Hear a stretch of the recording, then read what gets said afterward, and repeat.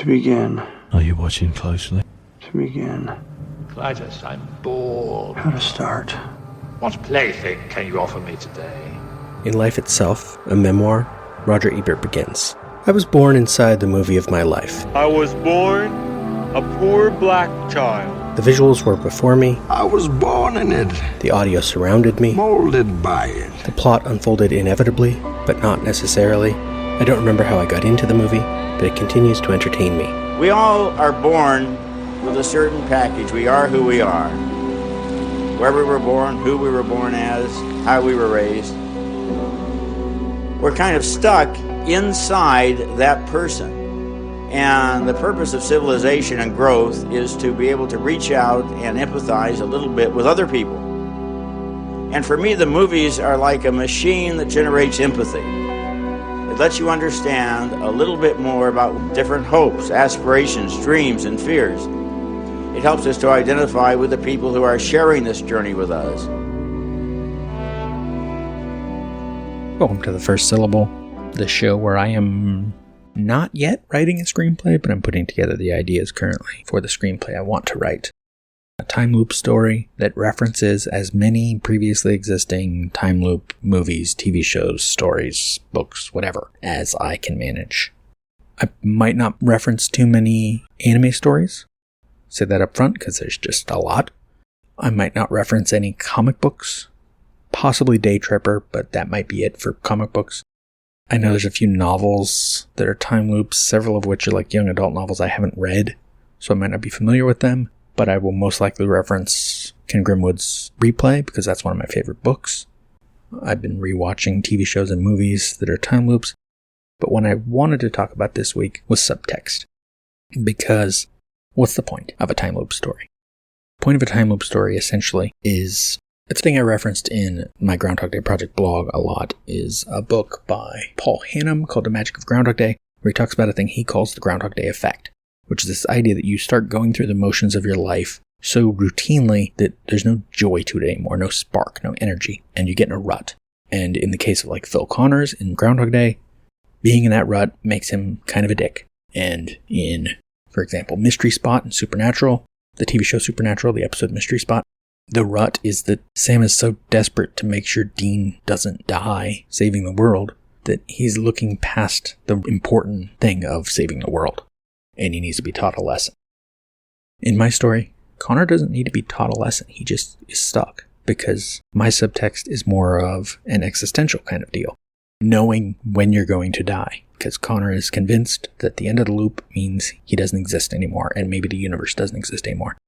Knowing that there's an end, and it is coming. How do you enjoy the time you have? In Connor's case, he's got the usual time loop craziness. We got a karaoke montage, a tattoo montage, a crazy outlandish whatever montage, I don't know yet, sex montage, and all that. But also he's trying to fix relationships with some of his friends.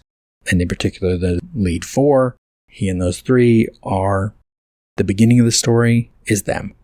The end of the story is them. I don't quite know the structure in between, but I know it's about connecting with the people that make your life better and connecting with other people to make their lives better.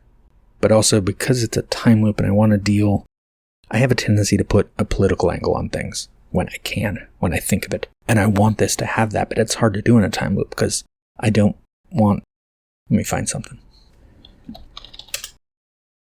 I wanted to deal with stuff like a mass shooting.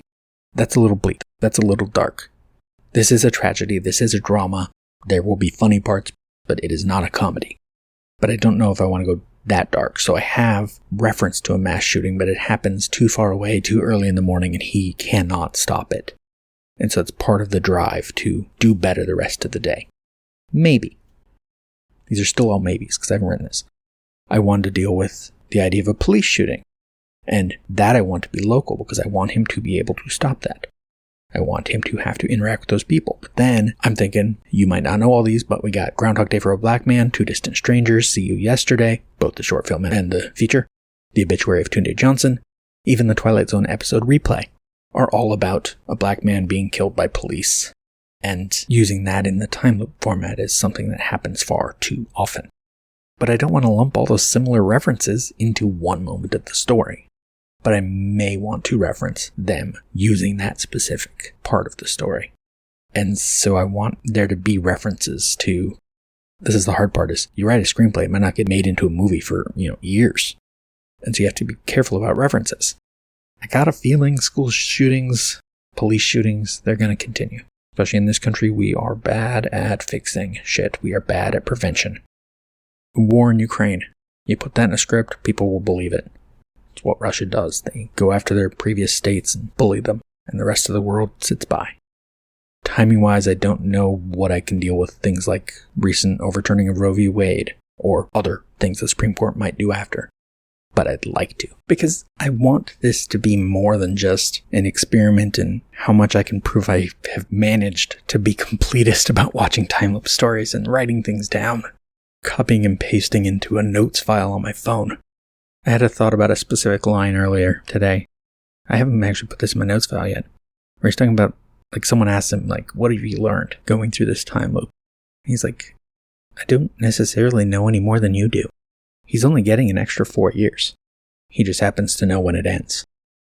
Does that give him better insight? Maybe. Do I have that insight to write it? Maybe. I at least want to try. Anyway. Cut. It's a past stuff that dreams are made of. Another world. You're still here? It's over, Johnny. It's over. It's over. Nothing is over! Go home. Nothing! You just don't turn it off! Go.